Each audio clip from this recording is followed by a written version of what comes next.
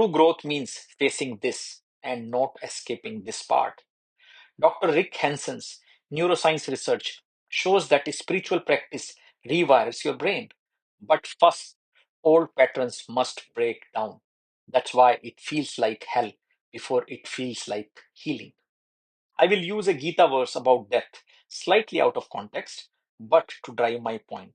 As a person puts on new garments, giving up old ones, the soul similarly accepts new bodies, giving up the old ones when we die.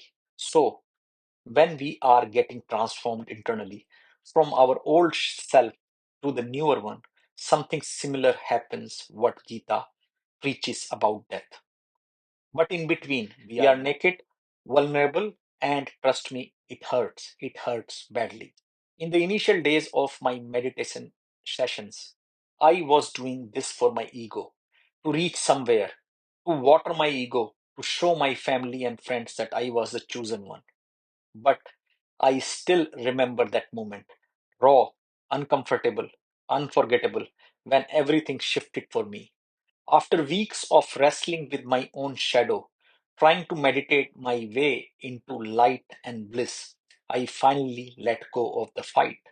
I stopped trying to fix the darkness and just let it be. I remember one morning during my meditation session, mind swirling with anger and self doubt. Instead of pushing those feelings away, I did something radical, very different. I welcomed them. I said, okay, show me what you have got. And for the first time, I felt a strange relief. The Bhagavad Gita calls this sthit prajna, steady wisdom. Krishna tells Arjuna, he who is unmoved by pain and pleasure, he alone is fit for immortality. I realized my pain was not a mistake.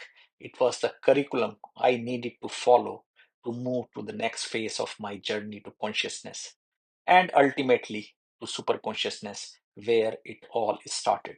At a retreat in India, while having our lunch, my spiritual ego got called out. Someone gently told me I was coming off as superior. The shame was intense. I wanted to run, to defend myself, but instead I sat with it. Buddha warns about the near enemy of compassion, pity, pretending as empathy. That night I felt heavy, not from sadness, but from finally seeing the shadow I had been hiding from. Modern science is slowly remembering what the ancient mystic already knew.